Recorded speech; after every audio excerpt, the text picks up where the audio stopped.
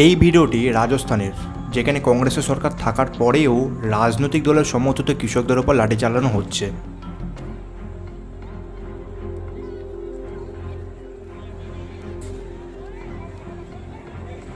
এই ভিডিওটি পাঞ্জাবের, যেখানে কংগ্রেসের সরকার থাকা সত্ত্বেও কৃষকদের ওপর ওয়াটার ক্যানন আর লাঠিচার্জ করা হচ্ছে।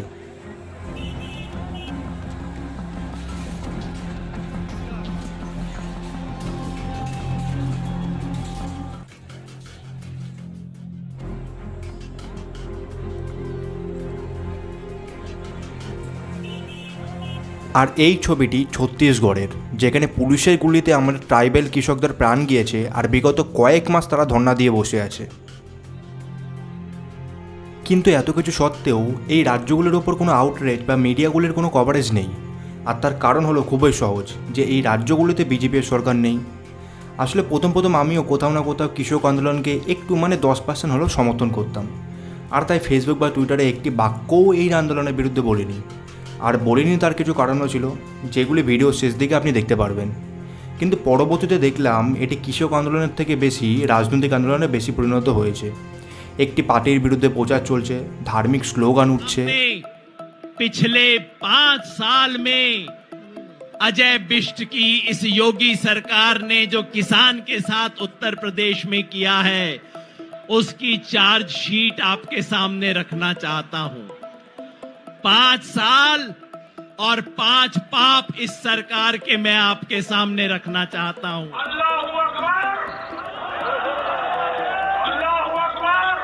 আন্দোলনজীবী যারা যারা কৃষিকাজের কও জানে না, তারাই আন্দোলনকে লিড করছে। সে যাই হোক, আসলে এই ভিডিও বানানোর মেন রিজন হলো গত দিনের উত্তরপ্রদেশে ঘটে যাওয়া ঘটনা, যেখানে মোট 8 জনের মৃত্যু বা মার্ডার হয়েছে বলতে পারেন। কিন্তু আমি যা দেখলাম আমাদের বাংলা মিডিয়াগুলোতে, সেই রিপোর্টিং দেখে মনে হলো এরা সত্যিই এদের এক চোখ বন্ধ করে রাখে। প্রথমত, এরা পশ্চিমবঙ্গের কোনো খবরে উৎসাহ দেখায় না, জানি না কেন। দ্বিতীয়, এরা উত্তরপ্রদেশের ঘটনাটিকে প্রথমেই একটি কনক্লুশনে পৌঁছে গেছে যে এটা খারাপ আর ওটা ভালো, যা ন্যাশনাল মিডিয়ার সাথে একদমই ম্যাচ করে না। প্রথমত দেখুন, যেই মারা যাক না কেন দুঃখের ঘটনা। কৃষক মারা গেলে তো সেটি সত্যিই দুঃখের ঘটনা, তার সাথে আরও যাদের মারা হয়েছে তাদের ঘটনা দুঃখের।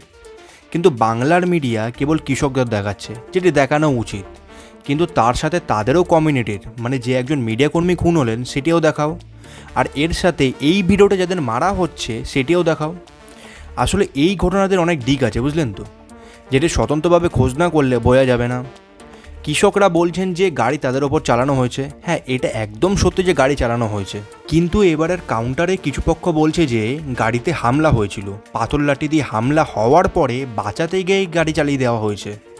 আমার মতে হামলা হলে ব্রেক লাগিয়ে দিলে হয়তো কৃষকদের প্রাণ বেঁচে যেত। আবার ব্রেক লাগিয়ে দিলে থেমে গেলে যেরকম পরে পিটিয়ে মারা হয়েছে সেরকম আগে মেরে ফেলা হতো হয়তো, মেবি। কেউ বলছে যে গৃহরাজ্য মন্ত্রীর ছেলে গাড়ি চালিয়েছে, কিন্তু ওনার ছেলে বলছে যে ও দুপুর 12টা থেকে বিকেল 5টা পর্যন্ত অন্য জায়গায় ছিল। এর জুডিশিয়ারি ইনকোয়ারি করা হোক। এক পক্ষ আবার বলছে 4টে লোককে পিটিয়ে মারা ঠিক হয়নি, আবার অনেকজন বলছে কৃষকদের মেরে ফেলা হয়েছে বলে কৃষকরা তারপর আক্রমণ করেছে।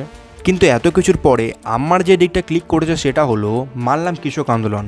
আর হ্যাঁ, উত্তরপ্রদেশে আরএলএ নামে একটি পার্টি আছে যার সাহায্যে এই আন্দোলন উত্তরপ্রদেশে চলছে। আর এই পার্টিটা বেশিরভাগ সব কৃষক, কিন্তু এই কৃষকদের মধ্যে একজনকে খালিস্তানি টেররিস্ট ভিন্ডারোলের টি শার্ট পরে দেখা যাচ্ছে। কৃষক আন্দোলনে খালিস্তানি টেররিস্টদের কাজ কি? এই প্রথম না, এর আগে অনেকবার খালিস্তানি টেররিস্ট ভিন্ডারোলের ছবি প্রিন্ট করা টি শার্ট আর ফ্ল্যাগ সম্মত অনেকে দেখা গেছে। এই সব জিনিসগুলি এই আন্দোলনকে অনেক বেশি উইক করে, আর এই সব জিনিসগুলি এই আন্দোলনের উইক হওয়ার অনেক বড় কারণও বলতে পারেন। আবার দেখুন, কিছু হেরো যারা মরা দেখলে শকুনের মতো ছোটে, যাদের নিজেদের রাজ্যে কিছু হলে একটি বারের জন্যও উকি দেয় না, তারা লাফিয়ে লাফিয়ে আসছে উত্তরপ্রদেশে এই ঘটনাটি হওয়ার পর। আর এটাই স্বাভাবিক, এই একবার নয়, এর আগে হাতরাসে হয়েছে। আর রাজ্যটির নাম উত্তরপ্রদেশ।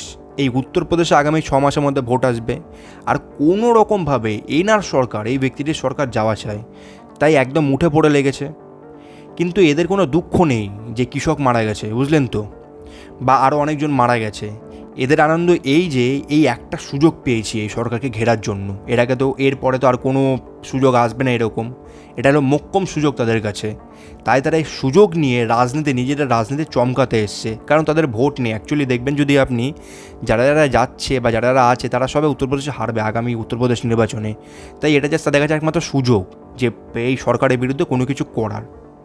কিন্তু এবার আর হাত টাচের মতো ভুল করেনি উত্তরপ্রদেশ সরকার বা যোগী আদিত্যনাথ যে সরকার, তারা খুব বুদ্ধি করে ব্যাপারটিকে শান্ত করেছে। আর এই ভিডিওটি পরিসমাপ্তি হলো যে এখনই কাটা ছোড়াছুড়ি অন্তত মৃত ব্যক্তিদের নিয়ে করা ঠিক নয়। সত্যের জন্য অপেক্ষা করুন আর মৃত ব্যক্তিদের আত্মার শান্তি কামনা করুন। ওম শান্তি।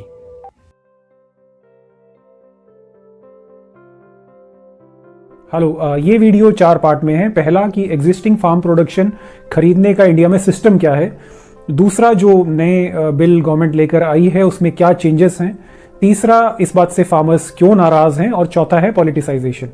किसानों से फसलें खरीदने का एग्जिस्टिंग सिस्टम ये है कि लगभग हर जिले में सरकारी मंडियां बनी हुई हैं, जहां पर कि गवर्नमेंट से लाइसेंस लेने के बाद ट्रेडर्स या फिर मिडलमैन या फिर नॉर्थ इंडिया में जिनको आड़ती कहा जाता है, वे लोग रहते हैं जो कि किसानों से फसलें खरीदते हैं। किसान अपनी जो भी फसलें कटाई वगैरह करते हैं वो लेकर सरकारी मंडी पर पहुंचते हैं और सरकारी मंडी पर ये फसलें खरीदी जाती हैं।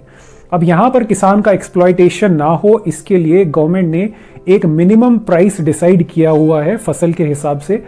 वो मिनिमम प्राइस तो किसान को देना ही पड़ेगा इन ट्रेडर्स के द्वारा। इसको कहा जाता है मिनिमम सपोर्ट प्राइस या फिर MSP। कई बार ऐसा होता है कि किसान का प्रोडक्शन एक्सपेक्टेशन से ज़्यादा हो जाता है और ये जो मिडलमैन होते हैं या ट्रेडर्स होते हैं उनके पास इतनी कैपेसिटी नहीं होती खरीदने की, तो उस केस में गवर्नमेंट उस फसल को किसान से खरीद लेती है ताकि किसानों को कोई नुकसान ना पहुंचे। और ये खरीदी भी जो है वो मिनिमम सपोर्ट प्राइस के ऊपर ही होती है। अब जो नए बिल में गवर्नमेंट ने चेंजेस किए हैं या करने की कोशिश की है वो ये है कि पहला, अब किसान अपनी फसलों को जो है सरकारी मंडी के अलावा प्राइवेट प्लेयर्स को भी बेच सकती है। उनके पास ऑप्शन है। अगर आपको प्राइवेट प्लेयर्स जो हैं वो ज़्यादा पैसे दे रहे हैं तो आप उनको अपना प्रोडक्शन बेच दो। अगर वो आपको MSP से कम पैसे दे रहे हैं तो आप सब्जी मंडी पर आकर बेच दो। आपके पास फ्रीडम है जो आपको ठीक लगे। दूसरा ये है कि आप जो है पहले ही जो प्राइवेट प्लेयर्स हैं फसल बोने से पहले उनसे कॉन्ट्रैक्ट कर सकते हो कि भाई मैं फसलें बो रहा हूँ और ये जब पक के तैयार होगी तो मैं इसके इतने पैसे लूँगा। और ये जो कॉन्ट्रैक्ट होगा ये इसमें दोनों पार्टीज इन्वॉल्व होंगी और किसान जब चाहे इस कॉन्ट्रैक्ट को बीच में छोड़ सकता है कह के कि नहीं भाई मेरे को नहीं जम रहा, मैं वापस कर रहा हूँ। लेकिन जो प्राइवेट प्लेयर्स हैं वो इस कॉन्ट्रैक्ट से अपने हाथ नहीं पीछे खींच सकते बिना पेनल्टी दिए। तीसरी चीज़ जो है, जो एसेंशियल कमोडिटीज़ होती हैं जैसे दालें वगैरह, इनकी स्टोरेज पे गवर्नमेंट ने पहले जो है बैन लगाया हुआ था। अब उन्होंने उस बैन को हटा दिया है। अब प्राइवेट प्लेयर्स जो हैं इसको स्टोरेज कर सकते हैं। ये इन्होंने इसलिए किया है ताकि जो प्राइवेट कंपनीज हैं, प्राइवेट प्लेयर्स हैं, वो एनकरेज हों फार्म प्रोडक्शन किसानों से खरीदने के लिए। क्योंकि अभी का सिस्टम ये है कि अगर वो खरीदेंगे भी तो उनके पास स्टोरेज के लिए परमिशन नहीं है। तो अब गवर्नमेंट ने जो है उनको स्टोरेज की परमिशन दे दी है ताकि वो किसानों से खरीद सकें। तो ये मोटा मोटा ये जो 3 बिल हैं जो गवर्नमेंट ने चेंज करने की कोशिश की है वो ये है। अब किसानों को इस बात से प्रॉब्लम क्या है? देखिए, ये जो बिल हैं ये लाने के पीछे गवर्नमेंट की इंटेंशन किसानों की हेल्प करना ही है और ऑन पेपर ये चीज़ें ठीक भी लगती है कि हाँ प्रैक्टिकल है, इसमें कोई प्रॉब्लम नहीं है। लेकिन प्रैक्टिकली प्रॉब्लम्स बिल्कुल आ सकती हैं। जो किसानों के डाउट्स हैं वो इस तरह से हैं। पहली चीज़, उनको ऐसा लगता है कि प्राइवेट प्लेयर्स जो हैं वो शुरू के कुछ साल बहुत अच्छी डील देंगे। फसलों का पैसा जो है वो जितना मंडी पर मिलता है उससे काफ़ी ज़्यादा देंगे। तो होगा ये कि सारे किसान, स्पेशली जो बड़े बड़े किसान हैं, वो अपनी पैदावार जो है वो प्राइवेट कंपनीज को ही बेचेंगे और इस वजह से ये होगा कि धीरे धीरे जो सरकारी मंडियां हैं वो कोलैप्स हो जाएंगी। उनका एग्जिस्टेंस जो है वो नेग्लेजिबल हो जाएगा और उनके जो जो जो वेंडर्स वगैरह भी होते हैं वहाँ पे गवर्नमेंट लाइसेंस, वो भी बिकॉज उनको वहाँ काम मिलना बंद हो जाएगा तो वो भी प्राइवेट प्लेयर्स के साथ ही आके काम करना शुरू कर देंगे या प्राइवेट प्लेयर्स उनको इन्फ्लुएंस कर सकते हैं। तो अल्टीमेटली सरकारी मंडी कोलैप्स हो जाएंगी कुछ टाइम के बाद। और जब ऐसा होगा तो उसके बाद मार्केट में प्राइवेट जो बॉडीज हैं, कंपनीज हैं, उनकी मोनोपोली हो जाएगी। उसके बाद जो है वो आपको कम पैसे में आपकी फसलें खरीदेंगे। और बिकॉज ज़्यादातर किसान जो हैं वो गरीब हैं, 86% के आसपास किसान ऐसे हैं जिनकी कुल ज़मीन जो है वो 2 हेक्टेयर से कम है, तो इनके पास स्टोरेज फैसिलिटीज़ नहीं होती हैं। तो प्राइवेट प्लेयर्स यही किया करेंगे बाद में कि भाई हमें इतने दाम पे देना है तो दो, नहीं तो मत दो। और बिकॉज किसान के पास स्टोरेज फैसिलिटी नहीं होती है, फसलें बेचेंगे नहीं तो खराब हो जाएंगे, तो उनको बेचना पड़ेगा। तो ये एप्रीहेंशंस जो है वो बेसलेस नहीं है, क्योंकि हमारे पास ऐसे एग्जाम्पल्स हैं कि प्राइवेटाइजेशन होते ही यूजुअली सरकारी कंपनियां कोलैप्स हो जाती है। जैसे आपने BSNL का एग्जाम्पल देखा होगा। BSNL जब शुरू में था तो काफ़ी पॉपुलर था और ऑलमोस्ट जो है वो पूरे इंडिया में सिर्फ BSNL ही चलता था। फिर उन्होंने जो है एयरटेल, वोडाफोन, आइडिया धीरे धीरे इनको इन्वॉल्व करना शुरू किया, तो BSNL की मार्केट वैल्यू खत्म होती गई धीरे धीरे। फिर जियो आया तो उसने इतने अट्रैक्टिव ऑफर दिए शुरू में, फ्री सिम, फ्री डेटा, सब कुछ फ्री। तो अल्टीमेटली ये हुआ कि BSNL तो ऑलमोस्ट खत्म ही हो गया और थोड़े दिनों में हो सकता है बंद भी हो जाए। जब ये होगा तो मार्केट जो है पूरा कंट्रोल करेंगी ये प्राइवेट बॉडीज और जियो वगैरह, और ये अपने हिसाब से प्राइसेस बढ़ाएंगी घटाएंगी। आपने देखा भी होगा, जियो इनिशियली फ्री था, जब लोग जियो पे शिफ्ट हो गए तो अब उसके रेट्स जो हैं वो पहले के कंपैरेटिवली बढ़ गए। तो किसानों का भी यही डाउट है कि प्राइवेट प्लेयर्स जब आएंगे तो वो चीज़ों को मैनिपुलेट करेंगे, क्योंकि कोई समाज सेवा करने तो आ नहीं रहा है, सब अपना बिजनेस करने आ रहे हैं, तो सरकारी मंडियां ठप हो जाएगी।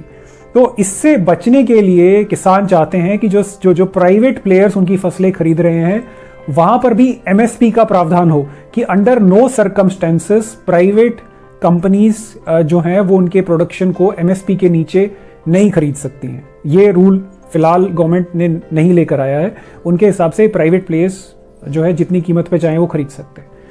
दूसरी चीज़ जो इन्होंने एसेंशियल कमोडिटीज़ एक्ट में बदलाव किया है कि अब दालों वगैरह को भी स्टोर किया जा सकता है।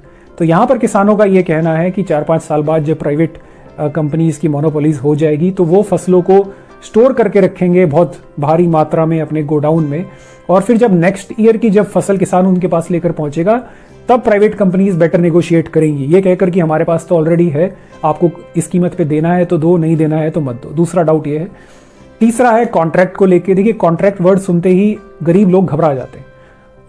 जैसा मैंने कहा कि 86% जो किसान हैं वो गरीब ही हैं, तो उनको ये लगता है कि कल को हमारे और कंपनी के बीच में कोई डिस्प्यूट होता है तो वो तो कोर्ट में जाएंगे, उनके पास बड़े बड़े वकील होते हैं, हम लोग क्या करेंगे। तो ये एप्रीहेंशन भी है उनका।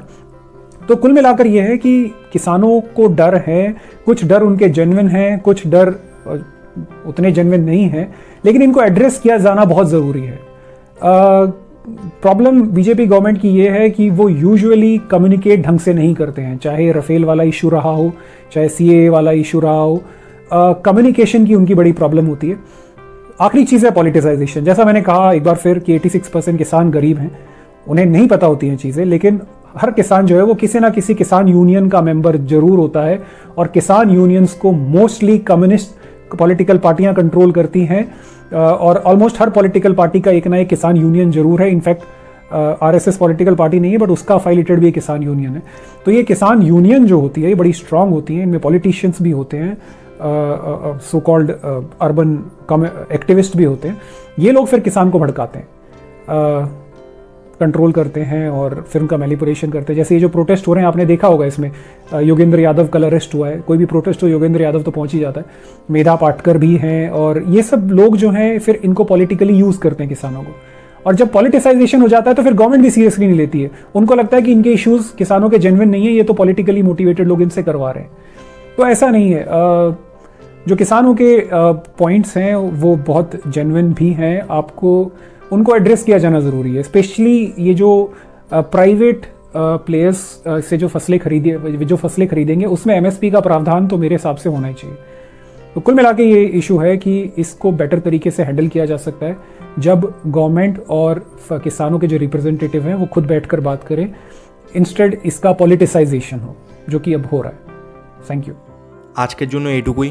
ভিডিওটি ভালো লাগলে লাইক করুন, চ্যানেলটি সাবস্ক্রাইব করুন। ধন্যবাদ। জয় হিন্দ, বন্দে মাতরম।